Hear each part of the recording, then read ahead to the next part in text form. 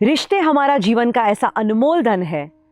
कहते हैं इंसान को सबसे ज़्यादा सुख और सबसे ज़्यादा दुख उसके अपने ही देते हैं। मैंने कभी भी कहीं किसी को मर्सिडीज नहीं मिली और उसे सुसाइड कर लिया ऐसा नहीं सुना, पर हाँ उसको प्यार नहीं मिला और उसने आत्महत्या कर ली, उसने सुसाइड कर लिया, ऐसा ज़रूर सुना है। Relationship are very important, but कई बार हम उसकी कदर नहीं कर पाते। कई बार बहुत सारी मिसअंडरस्टैंडिंग हमारे बीच में होती है और इसीलिए हम दुखी होते हैं। अगर भगवान प्रसन्न हो जाए और वो आपको कहे कि आपको जो मांगना है मांगो, जितना धन दौलत ऐशो आराम गाड़ी बंगला मैं सब दूंगा, बट एक कंडीशन, वो धन दौलत के साथ वो बड़े महल में रहने के लिए आप अकेले होंगे, कोई अपना आपके साथ में नहीं होगा। मुझे बताइए, क्या ये वरदान आप स्वीकार करेंगे? Of course not.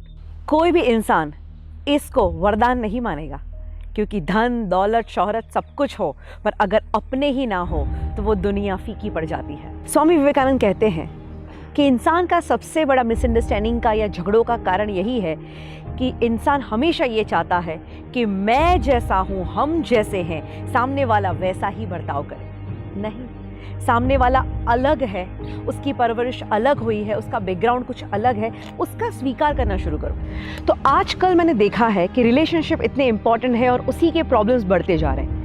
अहमदाबाद की हमारी ऑफिस पे मैं पर्सनल काउंसलिंग करती हूँ, करियर के काउंसलिंग होते हैं, हेल्थ के काउंसलिंग्स होते हैं, और आप जानते हैं सबसे ज़्यादा जो काउंसलिंग होते हैं वो रिलेशनशिप के होते हैं, क्योंकि आज घर घर में कहीं ना कहीं इश्यूज चल रहे हैं। क्यों ना आपको अपने रिश्तों को मजबूत बनाने की कुछ सुनहरी सलाह दी जाए। Golden tips to improve your relationship.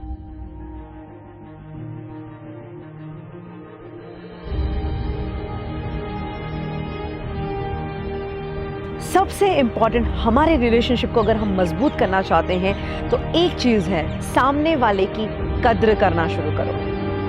क्योंकि कुछ होता ऐसा है कि हम जब इंसान हमारे सामने होते हैं तब तो हम उसकी वैल्यू पहचान नहीं पाते, और वही इंसान जब दुनिया छोड़ के चला जाता है तब उसकी वैल्यू होती है। हम कितना प्यार करते थे वो जीवन भर नहीं कह पाए, और वो कब चला गया पता ही नहीं चला। तो जो इंसान आज आपके जीवन में है, पहले तो उसकी कदर करना शुरू करो। मेरा एक दोस्त था, तो हम जब कॉलेज में साथ में थे, जब भी उसके घर पे जाते तो एक चीज़ होती, उसके मम्मी पापा हम सारे मित्रों को बिठा के हमेशा उस लड़के की बुराई करते कि हमारे लड़के में तो देखो ये प्रॉब्लम है, हमारा लड़का तो ऐसा नहीं करता वैसा नहीं करता। वो बेचारा बहुत उदास हो जाता। कुछ समय बीता और एक घटना घटी, उस लड़के का एक्सीडेंट हो गया और उसकी डेथ हो गई। उसकी डेथ हुई और उसके बाद जब हम उसके घर पे मिलने गए और उसके माँ बाप ने जब उसकी बातें बताई, हम भी चौंक गए। उन्होंने कहा हमारा लड़का तो हीरा था, हीरा, ऐसा लड़का कहीं हो ही नहीं सकता, इसके अंदर ये क्वालिटीज़ थी, ये गुण थे, ऐसा था वैसा था। इतनी अच्छी अच्छी बातें जो शायद हम दोस्त होके भी कभी नहीं जान पाए, ऐसी बातें सुनाई। मुझे कहना था, मैं नहीं कह पाई, बट मुझे लगा कि शायद कभी एक बार आप ये सारी बातें अपने लड़के को बता देते तो।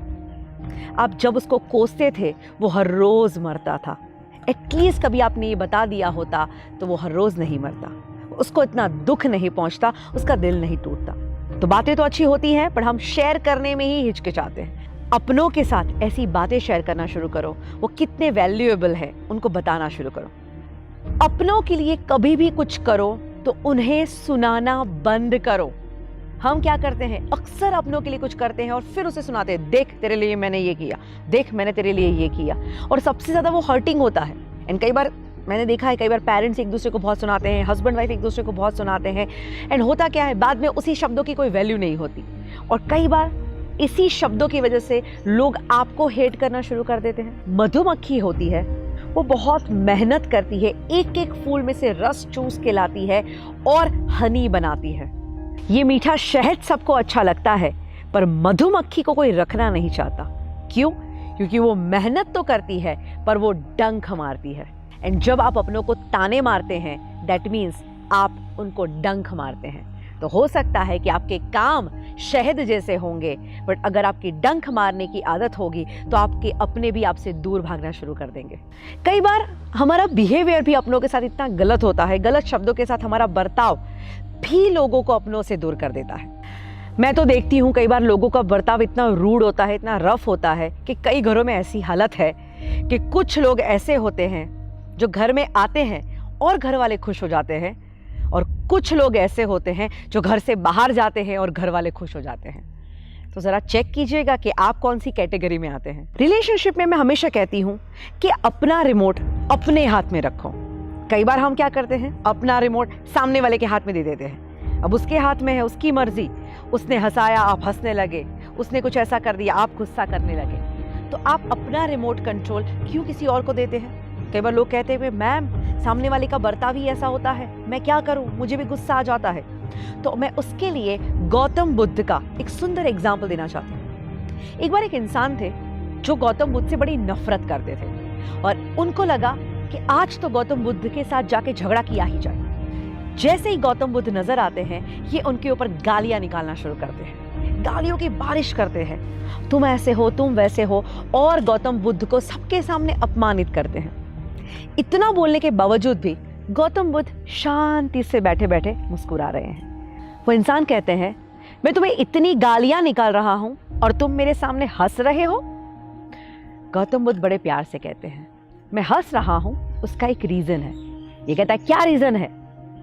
गौतम बुद्ध बड़े प्यार से कहते हैं कि तुम हमेशा कहीं ना कहीं किसी ना किसी के घर पे जरूर जाते होंगे। वो कहता है हाँ। ये कहते हैं कि जब तुम किसी के घर पे जाते हो तो उनके लिए उपहार लेके जाते हो, भेंट सौगात कुछ ना कुछ। ये कहता है हाँ, पर इससे क्या मतलब? गौतम बुद्ध कहते हैं शांति। जब तुम किसी के घर पे उपहार या गिफ्ट कुछ भी लेके जाते हो और तुम उसे देते हो, अगर वो इंसान उसका स्वीकार न करे तो क्या, वो तोहफे मेरे पास रहेंगे, पर इसका तुम्हारी मुस्कुराहट से क्या लेना देना है? गौतम बुद्ध बड़े प्यार से कहते हैं कि देखो दोस्त, आज तुम भी मेरे घर आए और तुम ये गालियों की भेंट सौगात मेरे लिए लेके आए, बट मैं इसका स्वीकार नहीं करता और इसीलिए मैं मुस्कुरा रहा। अब इस इंसान का पूरा गुस्सा शांत हो जाता है और वो समझ पाता है कि उन्होंने जो कहा कितनी बड़ी बात है कि मैं तो गालियां लेके आया, मैं तो अपनी नेगेटिविटी लेके आया, उनके ऊपर डालने की कोशिश की, पर उन्होंने अपना रिमोट कंट्रोल अपने हाथ में रखा और मैं उनको गुस्सा नहीं दिला पाया। तो इस स्टोरी से दोस्तों यही हमें मैसेज मिलता है कि ज़रूर आपके जीवन में भी ऐसे लोग होंगे जो बार बार आपको गुस्सा करवाते होंगे, बार बार आपका मूड बिगाड़ते होंगे, बट अगर आप चाहें तो अपने माइंड का कंट्रोल अपने हाथ में रख सकते हैं एंड हमेशा शांत रह सकते हैं। एंड ऑफ कोर्स ये पॉजिटिव ऊर्जा नेगेटिव ऊर्जा से कई गुना ताकतवर होती है। अगर आप शांत रहेंगे तो सामने वाला कितना गुस्सा कर पाएगा। ऐसी छोटी छोटी टिप्स अगर आप जिंदगी में फॉलो करेंगे तो डेफिनेटली आप अपने रिश्तों में और अपने नेचर में एक बहुत बड़ा पॉजिटिव बदलाव ला पाएंगे। सो मैं इतना ही कहूँगी कि आज से ही अपने रिलेशनशिप को महत्व देना शुरू कर दो, सामने वाले की कदर करना शुरू करो, उसको ताने मारना बंद करो और सामने वाले के हाथ में अपने माइंड का रिमोट देना बंद कर दो।